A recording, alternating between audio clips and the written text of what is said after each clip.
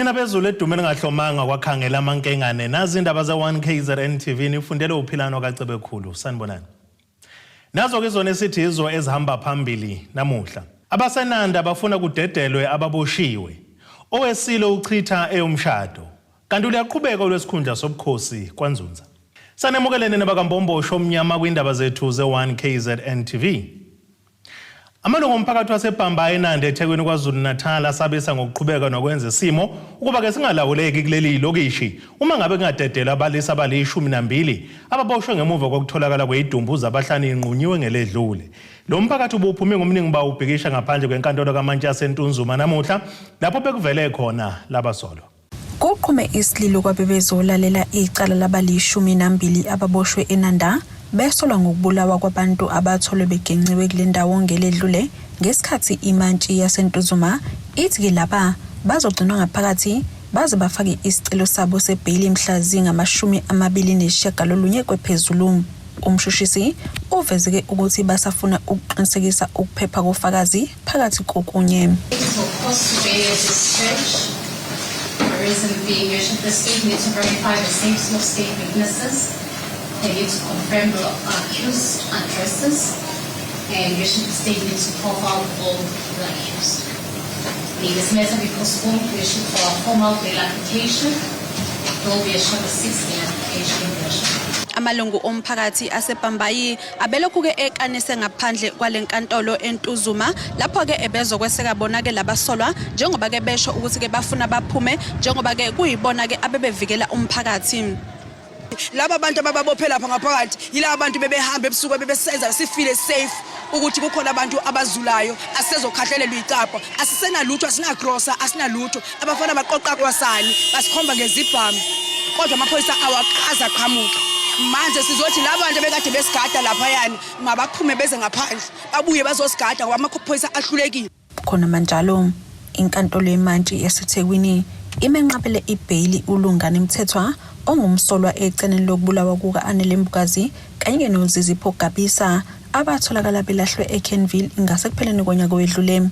Ezicelela ibhayili uLungane wathi ke angakwazi ukukhokha isamba semali engu-50,000 wamarandi. Uma ngabe kungeniseki lutho njengamanje bengayikho impendulo ebambekayo impela akuzulalwa ngoba abantu abafayo yithi abantu ababulawayo yithi abantu abadlulengulayo yithi akwazi ukuthi ubaba wengane amisodongeni abukele unkosikazi wakhe nezingane zakhe edlwengula bese kuyathuleka nje kanjalo asizuthula nje enhloko. Ngithembisa nje ukuthi sizoqhubeka nalento esiyenzayo. Endabeni ze1KZN TV kube kuntombi khona Mvubu ngiseThekwini. Ufunge wagomela ummeli wesilo uMisuzulu kaZwelithini wathi awukho umshado ohlelwe yisilo endlulamithi yamakhosi. Usho kanjani ke enkantolo ephakeme eMgungundlovu KwaZulu-Natal lapho bekulalele khona isicelo esifakwe uNdlunkulu uNtokozo kaMayisela Zulu sokumisa ke inhlelo zezulu eliphezulu zokushada nezokwehlukanisa umshado wabo. Ijaji ke libuza ummeli uthi kungani ethi awukho umshado ohlelwe yisilo ekubeni sekuphume ngisho nezincwadi zezimemo ezithi ziyawushaya komkhulu ngempela sonto. Ummeli kuphinde wagcizelela ukuthi akukho umshado ohlelwe yisilo. Bebeshiyelana inkundla enkantolo ephakeme eMgungundlovu abameli besilo kanye nabandlunkulu kaMayisela. UNdlunkulu kaMayisela ufake isicelo esiphuthumayo kule nkantolo efuna kumiswe izinhlelo zomshado wesilo kanye noNdlunkulu uMamyeni okubika ukuthi uzoba ngempela sonto. uMayisela ufuna ukuthi umshado wakhe noBayede uguqulwe kusuka emshadweni wesilungu uye kumshado wesintu. Abameli besilo bafunge bagomela ukuthi awukho umshado wesilo ozoba khona kwala ngisho ijaji selibuza ngezimeme ekuthiwa zikhishiwe bathi awukho umshado wesilo ozoba khona. Kanti ke ijaji silichithile isicelo sikaMayisela lathi njengoba esho ukuthi uyazi futhi wazivumela ngowakhe umlomo ukuthi isilo singaganwa abanye onkosikazi okanye ondlunkulu. Abameli bakhe uNdlunkulu baphawulile asivumelani nejaji uma lithi uNdlunkulu wavuma ukuthi kube nesithembu. Into ayisishile nasencwadi yasho ngicabanga emaphepheni ibonile ithi uma kuukuthi kuzoba nesithembu kumele kuqale kushintshwe umshado wesilungu ube umshado wesintu.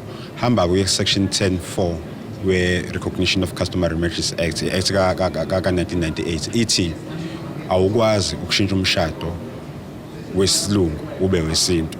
Okuchaza ukuthi okwamanje umshado wesilungu awukwazi ukuthi ube semshadweni omunye.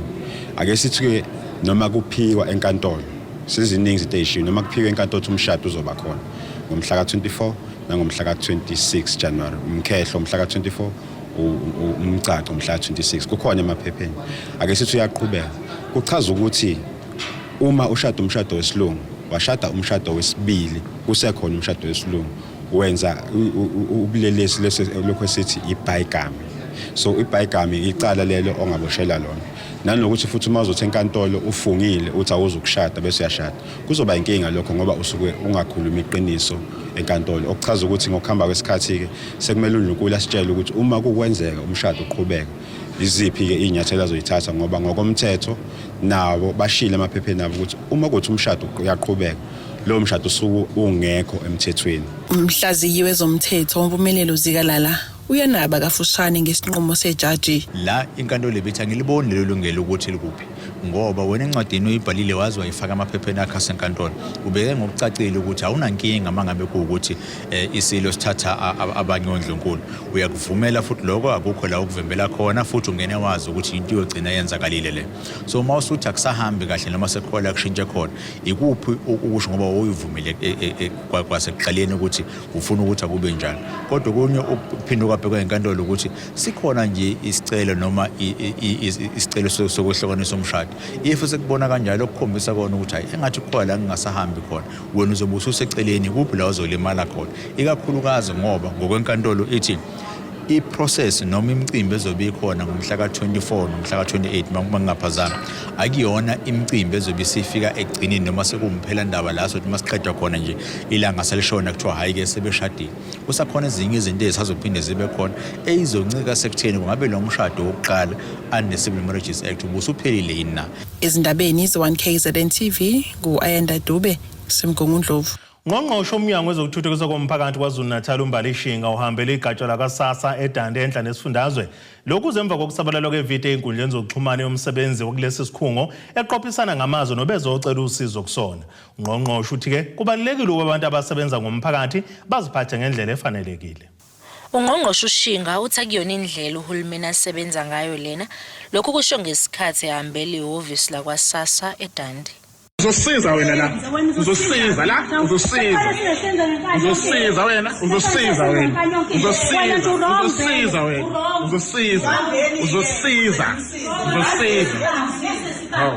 ngeke siphume la ngeke siphume abo wena ngiyokureporta wena ngiyakutshela ngizokureporta wena azokhumbula abantu ukuthi kube ne video ebonakele last week ngomhla 16 yathunyelwa nami ngayithunyelwa abahlali abaningi kabi la ekube khona ungakhulumisani kahle phakathi komsebenzi wethu la eoffice kaSASSA kanye nomuntu lomphakathi lalizofuna usizo. Siye saphatheka kabi kakhulu ngoba uSASSA usiza kakhulu labo bantu abavulnerable labasuke bedinga usizo so kufanele abantu mabefika balithola usizo but kakhulukazi bayithole necomfort ukuphatheka kahle silana kuzo lungisa lelo daba nokuthi siassurishe umphakathi ukuthi uhulumeni akasebenzi kanje kwaba nje incident unfortunate ukuthi yenzeke kodwa ke siyadila ke nayo sizoyikhipha ireport ephelele madu. Uqhube ngokuthi abasebenzi balesi sikhungo bayafundiswa ngondlela okufanele benikezele ngayo usizo emphakathini. Siphoxekile kakhulu nje njengohulumeni ngoba abasebenzi bethu badlula ezigabeni eziningi zokufundiswa ngokusebenza ngaphansi kwalomthetho ekuthiwa ibathophele principles bazi ukuthi usizo kufanele balinikezele kanjani nakhona la kaSASSA kunowakhona iSASSA Code of Conduct ekumele bayilandele siphoxekile nje ngale incident senza i-effort ukuthi simfune ilunga lomphakathi leli lahlukumezeka ukuthi siyokhulumana lo sidlulisele ukuxolisa so abantu nje KwaZulu-Natal sibanika isiqiniseko sokuthi akuyona indlela uhulumeni asebenza ngayo kodwa kusifundisile nathi angeke sisho ukuthi kwenzekela kuphela ukuthi asondele eduzane sokwenza naloko kubizwa ngama unannounced visits ukuthi sifike singalindelekile ukuze sibone ukuthi abantu bayalekeleleka ngendlela ekuyiyona yona. Ubese veza ukuthi zikhona izinyathelo ezithathiwe kumsebenzi othinteka kulolu daba. Zikhona inyathelo esoyithatha noma nje sesizithathile ngoba siye samcela ukuthi while sikwenziwa uphenyo lolu selikhulula esikhathini esingangenyanga ukusuka manje akathuka ubuyele eceleni kancane ukuze sikwazi ukuthola kahle umsuka wendaba nokuthi nakwabanye sithumela umyalezo le endaweni abasebenza kuzona kwaZulu Natal ngoba uzwakala umsebenzi kwivideo ethi noma ungangireporta kukho kuzokwenzeka. That's not how we want abasebenzi bethu ukuthi bayiphathe kanjalo endaweni yokulekelela abantu kodwa sizowunika ke umbiko ophelele uma ngabe sesiqedile lolo phenyo. Thobeka Dladla ezindabeni ze1KZN TV ngisedandi. Umndeni wenkosi yesizwe sakaNzunza ophindwe neGingindlovu ngaseshowe enyakatho kwaZulu Natal uthi unethemba lokuthi uhulumeni uyakulisukumela manje udaba lokwaziseka kwenkosi ngasohlangothini likahulumeni. Lokhu kulandela njengoba inkosi sekuphela iminyaka emine yabekwa ingakazi isithole isitifiketi sayo kuhulumeni. Bakusho lokho emva komhlangano obizwe ngomnyango wezokubusa ngobambisana neindaba zomdabu kwaZulu Natal obuseshowe nokumhlangano kovalelekile nomndeni wakaNzuza ukubhekana ngqo nodaba lokuthi inkosi uMfundo Nzuza asebenzele isizwe sakhe ngokuphelele. Inkosi yakwaNzuza ophindwe neGingindlovu inkosi uMfundo Nzuza yabekwa ngomhla zingama-27 ngoZibandlela ngonyaka 2020. Kusukela ke yabekwa ishawa indiva uhulumeni ngokungayamukeli njengenkosi esemthethweni ukuze ikwazi ukuthola zonke izifanelo ezitholwa ngamakhosi. Umndeni uthi awuzazi izizathu zikahulumeni zongayamukeli inkosi esesihlalweni. Kuhamba iminyaka ke lokhu iqhubeka sibona inkosi kungaveli ukuthi uhulumeni urecognize silokho silinda izinto ezinjengesitifiketi senkosi nokuthi inkosi izigcina ke ihola nayo njengamanye amakhosi. Njengomndeni ke sibe nemhlangano eminingana silokho siyibamba sixhumana nabo na uhulumeni sibuza ukuthi kubambeni kodwa bese ngakuthula ukuqondile. Ongangoba ke size sabhala incwadi engathi ke ziyashisa sibhekise kuyena ukuthi asenelisekile ngendlela asingethe ngayo udaba lokwaNzuza. Ukuze kwamanje ke njoba sekuyihlandla likalo uhulumeni omusha obusamanje kwaZulu Natal sibona ingathi ke sebeyalisukumela udaba lokwaNzuza ngoba nakho basibizile namhlanje. Umndeni wakaNzuza ubamba umhlangano ovalelekile nomnyango wezokubusa ngobambisana nezindaba zomdabu kwaZulu Natal ukuthola isisombululo. Ukungamukelwa nokungasekwa kwenkosi uhulumeni kwaZulu Natal kulimaza ukusebenza kwenkosi ezweni sayo. Iqiniso lokuthi thina njengesizwe nomndeni inkosi siyarecognize ngoba sesikwenze konke okudingeka kumuntu ozoba inkosi. Salenza usiko lokungena esibayeni siqedile. Kuphela ke into esuka ilimaze mangabe uhulumeni engarecognize. Kunezinto eziningi ezisuke ifuna njengencwadi zesizwe ezibhalwayo akwenza komunye uthothi ufuna incwadi yokuyofuna umsebenzi somewhere yenkosi. Uthola ukuthi inkosi ayikabe bikho ngokukahulumeni nezidembu nani. Ilapho kulimala khona kakhulu. Incwadi ke yasenkantolo ithinta izinto eziningi kubantu asuke bephila kuloso sizwe. Ukubambezeleka kulapho nakho ukuthi phela inkosi njengoba umndeni usuwayihlonza yashiya umsebenzi la yayibambe khona. Okusho lokho ihlelike ayiphili ngalutho. Ilokho nje. Umdidiyelo wamabutho enkosi uNzuza ophindweni uholeka amabutho ngaphandle kwalapho bekubanjelwe khona lumhlangano obuvalekile uzozwakalisa kungenami kwabo indlela uhulumeni enza ngayo ukusingatha ke udaba lokubekwa kwenkosi esesihlalweni. Bona khona engazi ukuthi uhulumeni unakho ukwenzelela masibuka ngokahulumeni. Ngokwethu njoba sila ngoba vele siyazi ukuthi inkosi sinayo ngokuphelele. Futhi uma umndeni usushilo ngoba akusikho kokuqala phela ukuthi kube khona inkosi lo. Noyise wayo wabekwa sikho lesizinduna. Kwahamba kodwa manje sekusidida manje ukuthi uhulumeni bese edonsa inyawo. Umndeni uthi uzosebenzela phezulu kwemiphumela yalomhlangano. Ezindabeni ze1KZN TV kuba inkosi enhle Mthembu eshowe. Ake seyitolene nebeselo sophinde sibuye futhi nezinye zeindaba.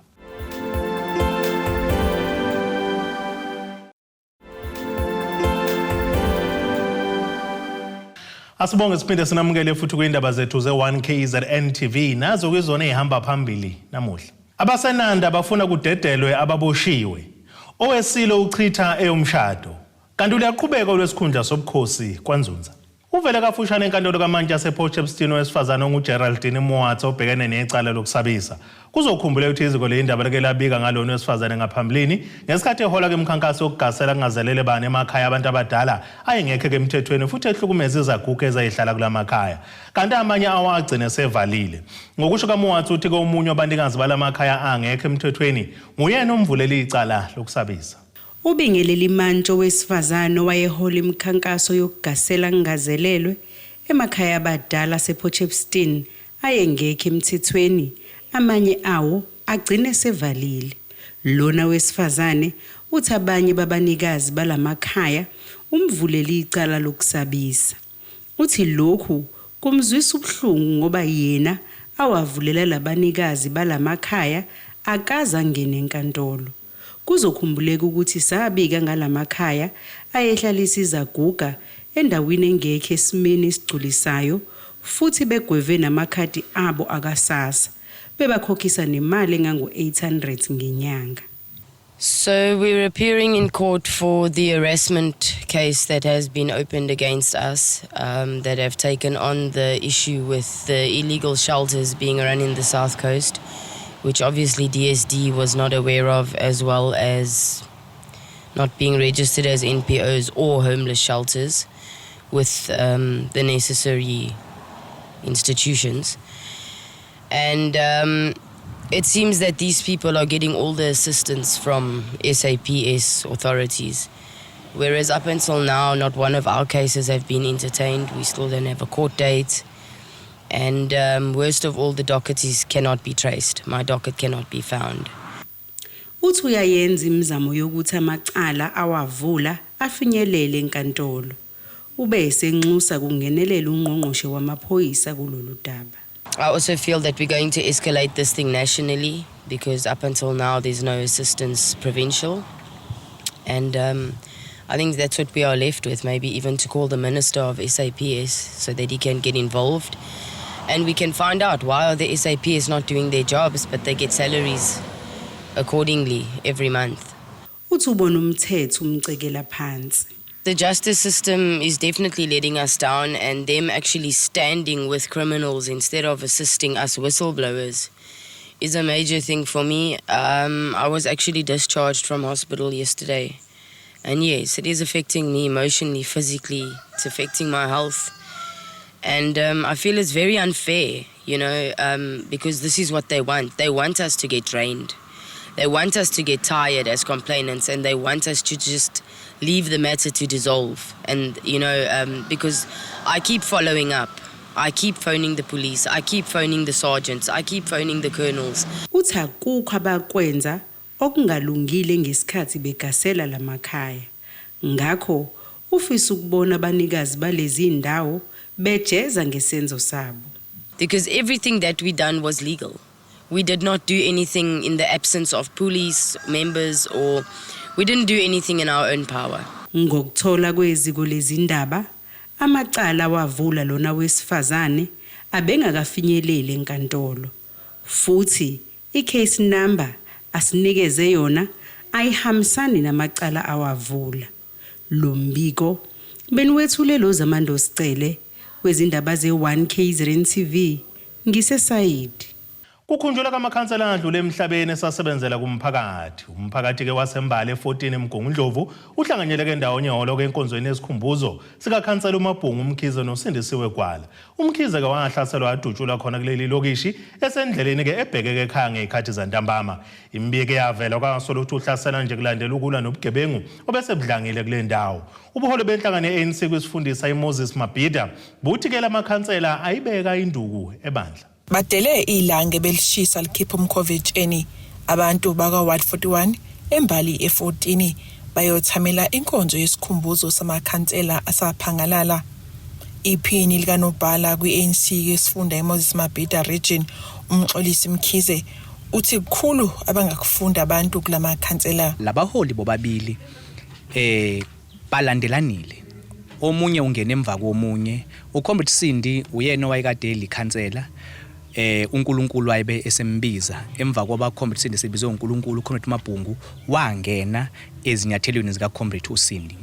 Esifisa ukudlulisa kakhulu ukuthi lama comrade uma elinye lingena emva kwelinye alizange lithi I total shut down umsebenzi owenziwe ongaphambili kwami, kodwa ongenile ungene waqhubeka kuloko kwakwenziwe omunye kade engaphambili kwakho. So ke namhlanje sizokuthula isifundo ngempilo zabo ukuthi what is it that they stood for as abaholi balomphakathi waka Ward 14, umphakathi waka Ward 41 endaweni yase 14, okuwumphakathi esaziyo ukuthi uke wadlula ezigamekweni eziningi kakhulu lapho siye sabona kwenzeka into ekuthiwa i-mass killing, abantu abaningi abake bahlaselwe emzini owodwa bashona, lapho sabona sekudlanga kakhulu nezidakamizwa. So silapha ke ukuzothi umphakathini yini abangayifunda kulama comrade lawa akade hola kule branch phambilini. Laba bathi bekumele bathinte imndeni ngaphambi kolomcimbi ngoba ubujulile uthinta abantu abangasekho. Le process esenzayo akusiyi process elula ngoba sinyakazisa amathambo siphinde sithunuke nelonda at the same time.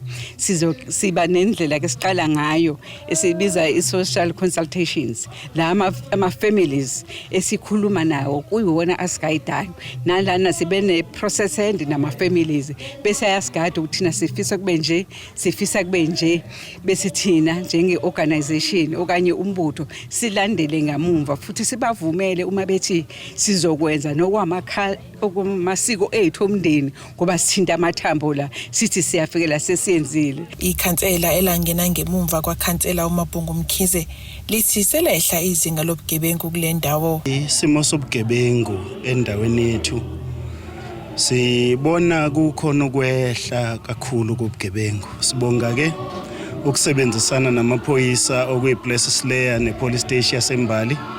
Sisebenzisane nenhlaka ezisebenza ezilwa nobugebengu ezinye eziprivate ziyasilekelela kakhulu ukulwa nobugebengu. Sisebenzisane nethimba esisanda kulihlanganisa okuyi CPF yaka Ward 41. Izindabeni za1KZN TV nguAyanda Dube. Kusembale 14 eMgungundlovu. Isiqiwi ithulathula Game Reserve empangeni enyakatho KwaZulu-Natal sedlulisele ngecathulo ezingama410 kuyikole ezahlukene ngaphansi kwenkosi yesizwe sakaCebekhulu enyakatho lesifundazwe. Lesiqiwi sithi sikwenza lokho ngenhloso yokubuyisela emphakathini ukuze kusizakale imindeni edonsa kanzima. Isiqiwi ithulathula Game Reserve empangeni siqale ke umkhankaso okuhambela izindawo ezahlukene benikela ngesicathulo zemfanisalo esikoleni ngenhloso ukulekela labo abangathathi entweni.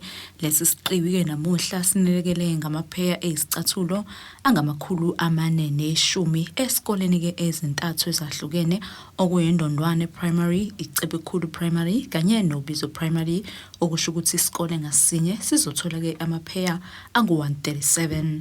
I believe this conservation can only work if we actually uplift the communities. The initiative I started last year in April was to do one program in each of the 5 communities which surround Tula Tula Private Game Reserve so that we can actually uplift. And my aim is particularly for primary school and kindergarten kids because they are the weakest in our country and they don't really have a voice to say, I would like to have this or that. And that's where we come in. The money for this event I actually collected from people in Germany. We wanted to buy originally 410 pairs of shoes, which got here. But in fact, on Monday, we go to another community on the other side within Kosi Cebekhulu. They're also getting 410 pairs of shoes, so there are still more 400 left. And for me, it's important. Education brings our country forward, and it's also the dignity for a kid to arrive with school shoes to school and not bare feet. Lolu xhaso luza ngemuva kokuthi ke inhlangano obizo CPA inxenxe ke usomabhizinisi abahlukene ukuthi ke bengenelele baxhase ngezinto eziningi ezahlukene. Lena ke iyesicathulo ingenye yazo. Asinayo imali yokudonate but being an organization, it gives us a platform yokuthi sikwazi ukuthi sicontacte nabanye abantu sisebenzise lo platform ukucela ukuthi bephakamise isandla. Siyabonga kakhulu engathi nabanye nje abafisayo ukuphakamisa izandla ziningi izinto esifisela izikole zomphakathi. Lolu hlelo baluqaleke ngesonto ledlule esikoleni isiphiwe inkosi eluhamba kwesakabiyela lapho ke benikele ngesicathulo ezingamakhulu amathathu.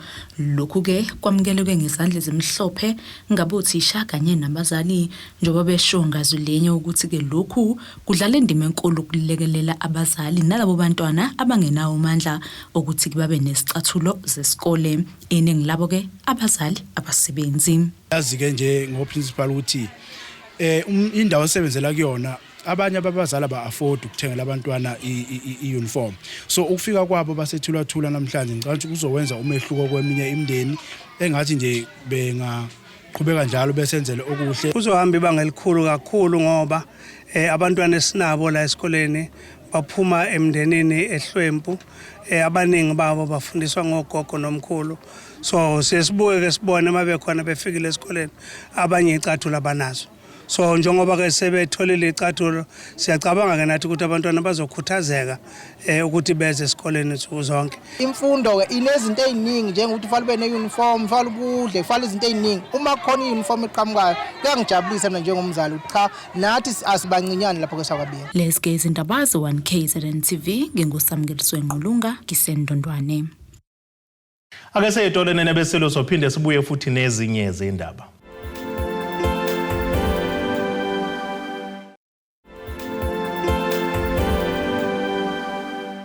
Asibonge siphinde sinamukele futhi kwindaba zethu ze-1KZN TV. Nazo kwezona ehamba phambili namuhla.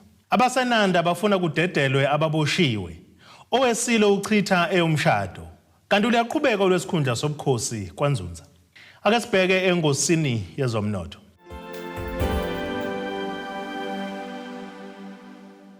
Iranda kuleli u-18.70 kwidola laseMelika bengu-22.84 kupondo waseBrithani libe ngu-19.28 kwi-euro yase-Europe. Intengo yegolide ime ku-$2,711.23 ounce, kuthi intengo yalo ngahluziwe bengu-$80.79 umphongolo. Ake sibheke engosini yezemidlalo. iKaizer Chiefs itakula umqeqeshi Nazareth nabo lakeni lwabalandeli baleli qembu abavivela umdlalo wabakhaya neOrlando Pirates ekuqaleni kwenyanga ezayo. Amakhosi axebulise eKhukhune United emdlalweni weBetway Premiership eMoses Mabhida Stadium eThekwini izolo ntambama. Igoli ke enqobe ngalo ke lishawa ngumfundo Vilakazi usiyophela umdlalo.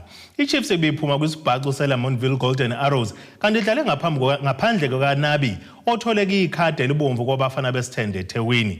Intambo ke nokho bezibanjwe yiphini lakhe uKhalil Ben Yusuf kanti ukunqoba kwaleli qembu kubuyisa ithemba lokufika kwePirates ngomhlalo olunye ngenyanga ezayo benomgqiqo wokunqoba.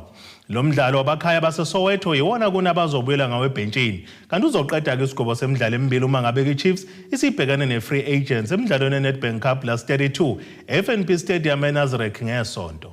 Ake sibhekana nasesimo sezulu esingalindeleka.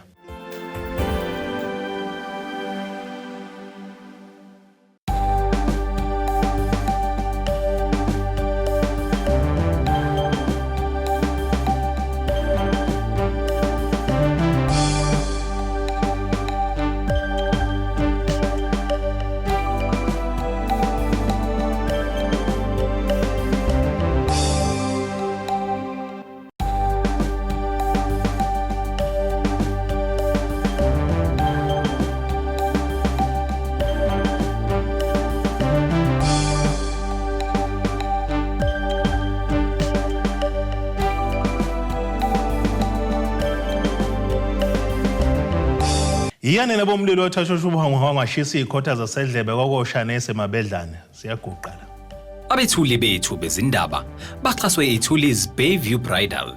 Ungabashayela kulezi zinombolo ezivelile.